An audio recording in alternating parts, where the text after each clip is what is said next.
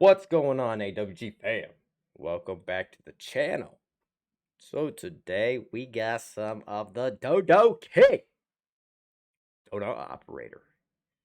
This is 12-year-old and 14-year-old have huge gunfight with the police. I wanted to watch this for a few days because it's been popping up in my feed. So I'm very interested to see what happens here. And I'm probably about to get my heart broken because that's some fucked shit. Make sure you guys like, comment, and subscribe. And check back regularly every day at noon.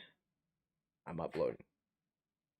So, without further ado, make sure you show up also. Live streams 9:30 Tuesdays and Thursdays, and then podcasts Saturdays at 9:30 as well. Make sure you guys show up. Without further ado, let's jump into this.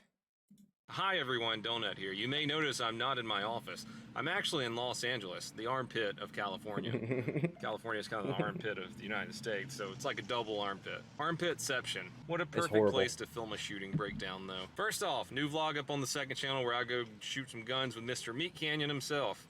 Check that out. Oh, why am I in LA, you may ask? It's because I came to the premiere of V for Valor. It's a show I did for Vet TV. The first episode is up on VetTV.com right now. I'm just gonna sit in the car and film this one because every time I get out of the car here in Los Angeles, I feel like I see another homeless guy's wiener. Kind of like that guy over there swinging around that huge hammer of a dong. He should really be in a different line of work. Instead of smoking crack. Also, sorry about the last video I put up on the channel, the vlog.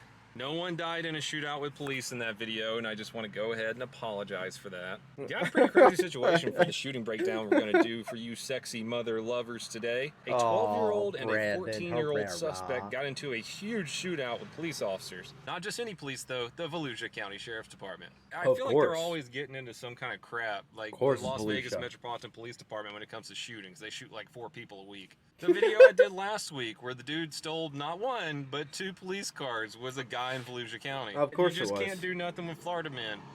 Or Florida kids in this situation. They're just as bad, apparently. Speaking of the last video, it was Sheriff Mike Chitwood that put an end to that chase. He got pretty angry.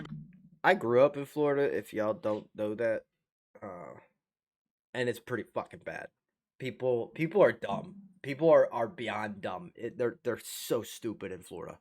About the situation we're going to look at today, and we'll watch some of that here in a bit. He was an angry sheriff. He had a very angry press conference about this whole thing. This incident started June 2nd at around 5 p.m. when 2 foster kids, a 12-year-old boy and a 14-year-old girl, were reported escaped from their home. They were both in foster care, so you already know it's probably a crappy situation for them, and they're probably not in a good headspace because most foster care is garbage. And that's why Sheriff Chitwood got pretty angry. This was a time-sensitive issue, seeing as how one of the young suspects was a diabetic and needed insulin. If the police didn't get to him within 4 hours, there could be a critical medical emergency. This isn't the 14-year-old's first rodeo with law enforcement, though. According to Sheriff Chitwood, that 14-year-old that he runs away with, you may remember, over the last year or so, stole a bunch of puppies, gets put into a halfway house in Flagler County, burns the home down. That's right, she stole puppies. They put her in a foster home and she burned the foster home down. These aren't your average cheeky and funny Florida man antics, like Florida man going to a Chick-fil-A naked then fighting people when they look at his wiener. These are the Florida antics that are tragic and cruel.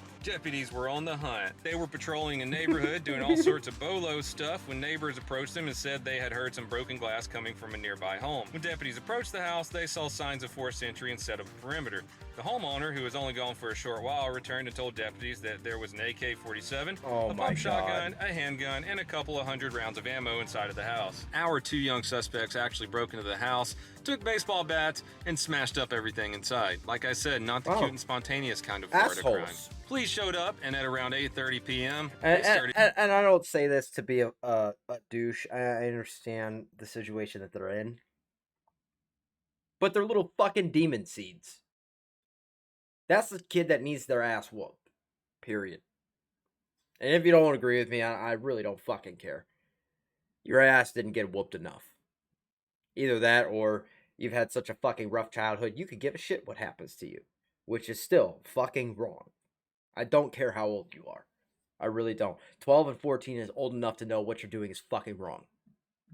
taking fire from inside the home. Seems like those kiddos had gotten a hold of the AK-47, the pistol, and the shotgun. The suspects spent the next several minutes shooting at police from all sorts of different angles inside the house. They were running from window to window, just popping all shots at police from the 3 firearms that they had. Cool as a cucumber, Sergeant Donnie Maxwell posts up on a tree behind the house while taking fire and remains calm, constantly updating the perimeter on where the suspects are and what they are doing. The sergeant keeps telling them to drop their weapons, but the female with the shotgun just keeps shooting at him. At one point, she even comes outside and even threatens to kill the sergeant. Damn.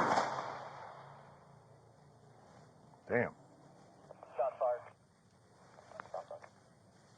All right, Central, they located the gun. Shot fired. Everybody get hard cover. Hard cover. Appears the female has a long gun pointed toward me. I have to hold my cover. Stand by.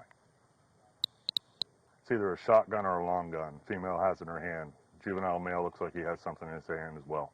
They're at the back sliding glass door on my side, which would be facing the 3.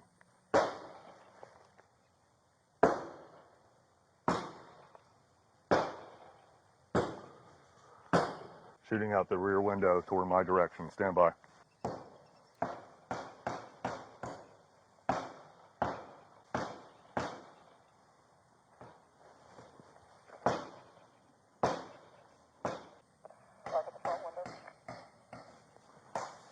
Okay, no weapons in their hand. They just busted out the window in the back. Stand by. Female has a shotgun in her hand. Stand by. Put the gun down now!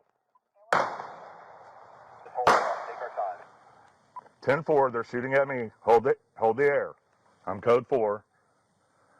She's re-racking around inside the shotgun. Juvenile male has a firearm in his hand. Juvenile female is at the 1-2 side corner. I'm not sure if they're going to come to the front door or not. Stand by. This part right here is kind of soul-crushing because you know that the officer absolutely doesn't want to have to shoot a child. God fucking damn, man. Let me do this. Don't do this. What he said kind of sums up what every single cop on scene is thinking. Nobody wants to shoot him. It's finally getting dark and the sergeant is still posted up behind a tree. That's when the helicopter comes out with the thermals and the suspects continue to shoot at officers from multiple sides of the house. The officers at one point even step into the line of fire to throw the suspects a cell phone to try and talk to them. They weren't even interested in the cell phone and continued to try and have a gunfight with officers. Who's with you? Stand by. Shots fired at me again. Juvenile male fired that round. Stand by. She's got the AK and the shotgun. She's wrapping around the top of her neck. Shots fired! God damn it. Shots fired again. Female now has a pistol. Juvenile male has a long gun, so does the female. Stand by. The suspects finally step out from the garage and start shooting at officers, and they don't really have any cover, so officers fire back. There's nothing left for them to do at this point. You guys be careful of your phone markings out there by you guys. Fuck, man. God, fuck.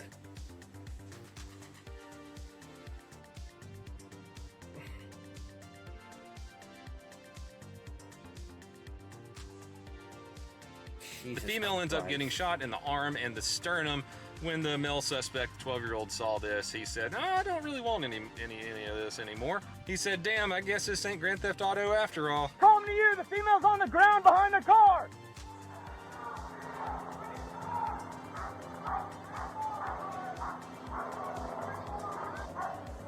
Hey, let's get him secure, get a status on her. Get him secure. We still got movement, hey. We got movement. The officers move in, take the male into custody. They start rendering aid to the female as quick as they can and end up driving her to the hospital where she was in critical condition but has since been stabilized. One part I want to point out when the SWAT dudes are moving up is that this could have been really bad. They're moving in to secure the female when one of the SWAT boys says, "Light her up." Light her up. Which, if you're holding a gun and pointing it at a suspect that was shooting at you moments before, means something a little different than using a flashlight. Good thing he called himself pretty quick there before all the SWAT boys turned the girl into Swiss cheese. Light her up. With a light, with a light.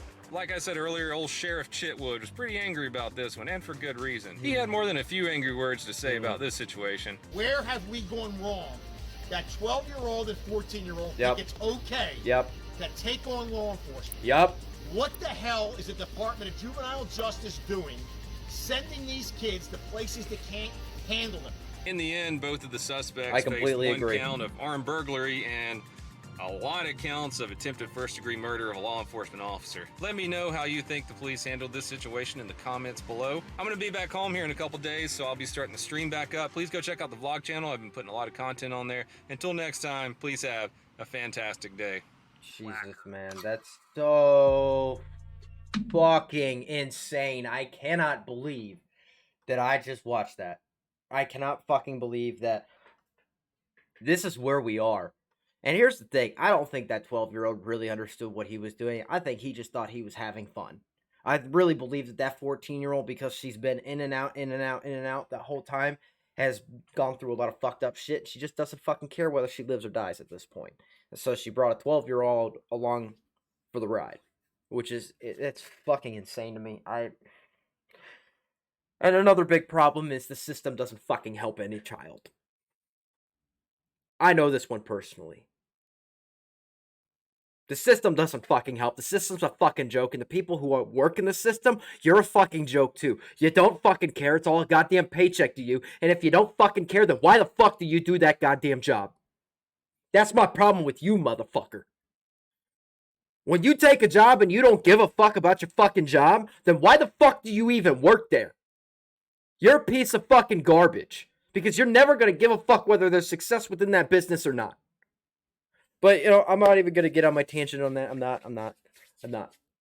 Because this video will be fucking forever if I do that. But make sure you guys like, comment, and subscribe. And that's going to do it for this one. I hope that those kids make a full recovery and do well in their lives. And don't turn back to that life again. But, you know, it's probably not going to happen. But, thank you guys for showing up. And I'll see you in the next one. Love you, AWGFAM, and my XMCFAM. I'm out.